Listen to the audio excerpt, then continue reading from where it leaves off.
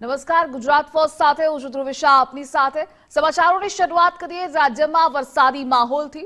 રાજ્યના કેટલાક જિલ્લામાં અતિભારે વરસાદની આગાહી હવામાન વિભાગ દ્વારા કરવામાં આવી છે।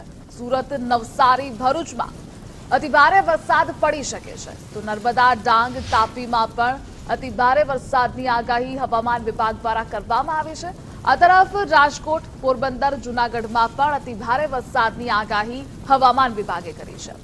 અમરેલી, ભાવનગર, ગીર સોમનાથમાં પણ અતિભારે વરસાદના એંધાણ છે તો અમદાવાદમાં પણ ભારે વરસાદ પડી શકે છે। વડોદરા, છોટાઉદેપુર, સુરેન્દ્રનગર, આ સાથે આણંદ, જામનગર, મોરબીમાં પણ અતિભારે વરસાદ પડી શકે છે। ઓફશોર ટ્રફના કારણે દક્ષિણ ગુજરાતમાં અતિભારે વરસાદની આગાહી હવામાન વિભાગે કરી છે।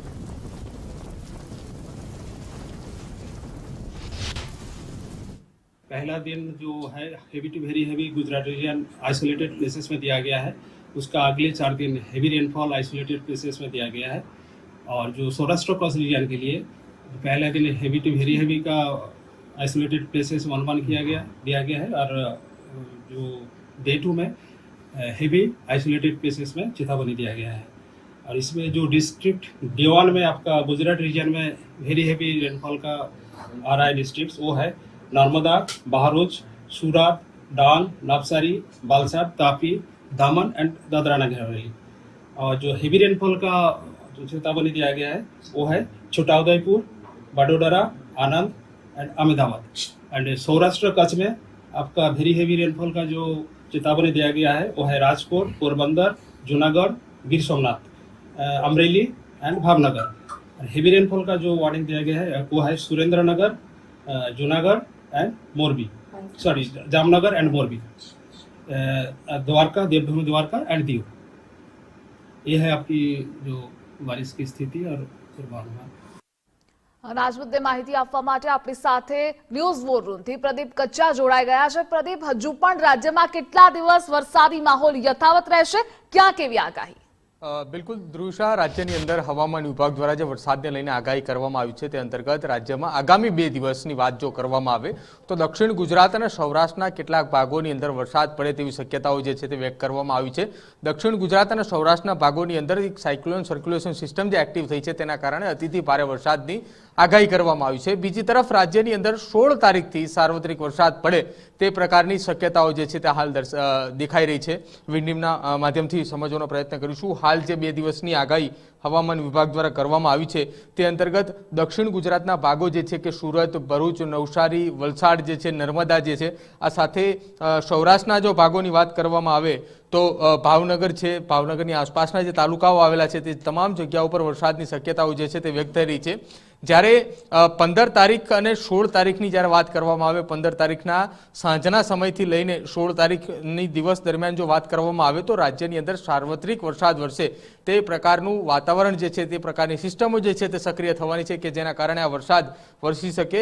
જ્યારે 16 તારીખનો દિવસ આવશે તે દરમિયાન જો વાત કરવામાં આવે તો સૌરાષ્ટ્રના ભાગોની સાથે સાથે મધ્ય ગુજરાતની અંદર પણ અતિથી ભારે વરસાદ પડી શકે તેવી શક્યતાઓ વ્યક્ત થઈ રહી કે જેમાં મહેસાણા છે, અમદાવાદ છે, નડિયાદ, વડોદરા, ખંભાત, ભરૂચ છે, રાજપીપળા છે, આ તમામ વિસ્તારોની અંદર અતિથી ભારે વરસાદ પડી શકે છે। જ્યારે બીજી તરફ સૌરાષ્ટ્રના ભાગોની વાત કરવામાં આવે તો મધ્યમ વરસાદ પડી શકે તેવી શક્યતાઓ જે છે તે વ્યક્ત થઈ રહી છે કે જે અંતર્ગત અમરેલી, મહુવા છે, ઉના છે, આ તમામ જિલ્લાની અંદર આ પ્રકારની સ્થિતિ જે છે 16 તારીખ બાદ તે જોવા મળી રહી છે।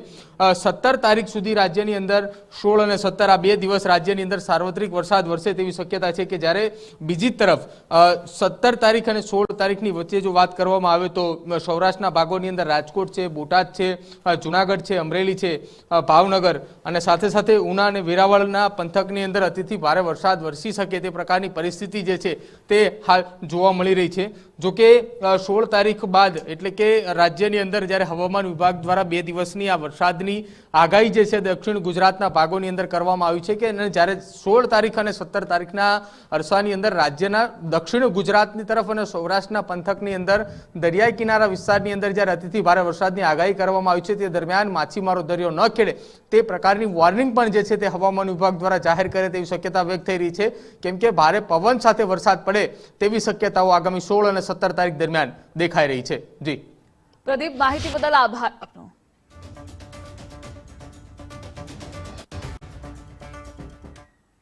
રાજ્યમાં હજુ સુધી માત્ર 26% જ વરસાદ થયો છે. રાજ્યના 18 જિલ્લામાં 20%થી વધુ વરસાદની ઘટ જણાય છે. રાજ્યમાં સરેરાશ 9.25 ઇંચ જેટલો વરસાદ પડ્યો છે.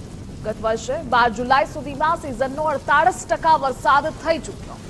ગત વર્ષ 12 જુલાઈ સુધીમાં સરેરાશ 21.5% વરસાદ વરસ્યો હતો, જ્યારે 14 જુલાઈએ નૈઋત્યના ચોમાસાને એક મહિનો પણ હવે પૂર્ણ થશે.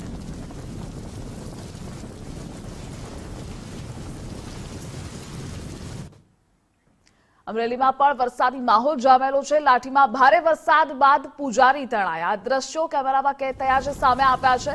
શેખ પીપરિયા ગામનો આ વિડીયો છે, જે સોશિયલ મીડિયામાં વાયરલ થઈ રહ્યો છે. સ્થાનિક નદીના પ્રવાહમાં પૂજારીનો મુસ્લિમ યુવકે જીવ બચાવ્યો. દ્રશ્યો ટીવી સ્ક્રીન પર આપ જોઈ રહ્યા છો કે કેવી રીતે ફસાયા હતા યુવક. પાણીના પ્રવાહમાંથી સલામત સ્થળે પૂજારીને પહોંચાડવામાં પણ આવ્યા હતા. જો કે 2 દિવસ પહેલા જ 4 ઇંચ વરસાદ અહીં પડ્યો હતો અને ત્યારબાદનો આ વિડીયો પણ સામે આવ્યો છે પૂજારીનો, જો કે તેમને બચાવવામાં પણ આવ્યા હતા.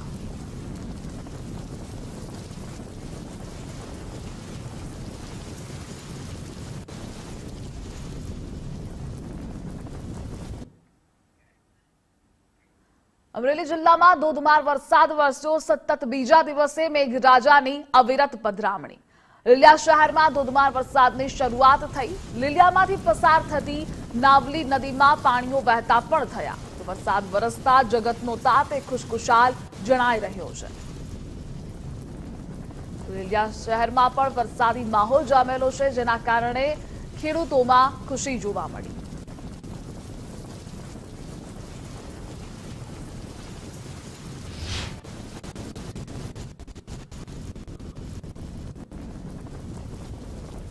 અમરેલીના બાબરા અને પાંચાળ પંથકમાં મેઘરાજાની ધમાકેદાર બેટિંગ. બાબરા શહેર સાથે ગ્રામ્ય વિસ્તારોમાં મેઘરાજા મહેરબાન થયા છે. બાબરાના રાણપર, નડાળા, ઈશાપર સહિતના ગામમાં 3 ઇંચ જેટલો વરસાદ પડ્યો. તો જાંબરપાડા, ખાખરિયા, દરેડ, ઈશ્વરિયા અને કીડી ગામમાં પણ ધોધમાર વરસાદ વરસ્યો હતો. બાબરાની થોરખાણ નદીમાં પૂર આવ્યું. અનેક નદીઓ આ વરસાદના કારણે બે કાંઠે વહી રહી છે. થોરખાણ ગામની સરજુ નદીમાં પૂર આવ્યું. સાર્વત્રિક મેઘમહેરથી ખેડૂતોમાં ખુશી પણ છવાયેલી છે.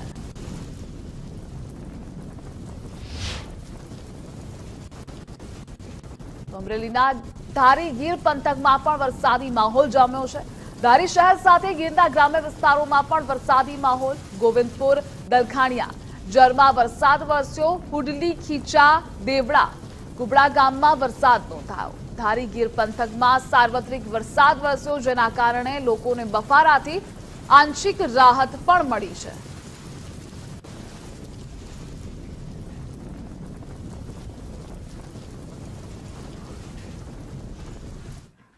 ભાવનગરનો મહુવા તળાજા તાલુકાનો મેથડા બંધ ઓવરફ્લો થયો.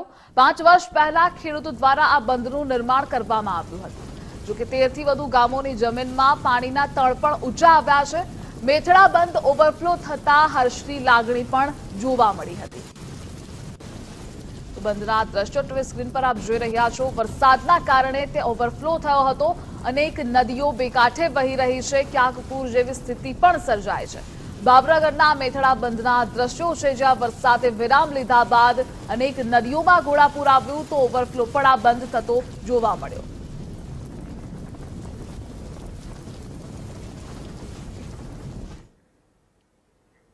રાજકોટના જસદણના ગ્રામ્ય વિસ્તારોમાં વરસાદી માહોલ જામ્યો છે. જૂના પીપળિયા, આટકોટ, સાણથડીમાં વરસાદ. જીવાપર, ગરણી, મજડા સહિતના વિસ્તારોમાં પણ વરસાદી માહોલ જામ્યો છે. તો જસદણના જૂના પીપળિયામાં ભારે વરસાદ થયો. 1 કલાકમાં 2 ઇંચ વરસાદ થયો. સાણથડી ગામની વાત કરીએ, 1.5 કલાકમાં 3 ઇંચ જેટલો વરસાદ ત્યાં પડ્યો હતો. ભારે વરસાદથી નદી વહેતી હોય તેવા દ્રશ્યો પણ સામે આવ્યા. ઉપરવાસમાં ભારે વરસાદના કારણે નદીમાં નવા નીરની આવક પણ નોંધાઈ છે.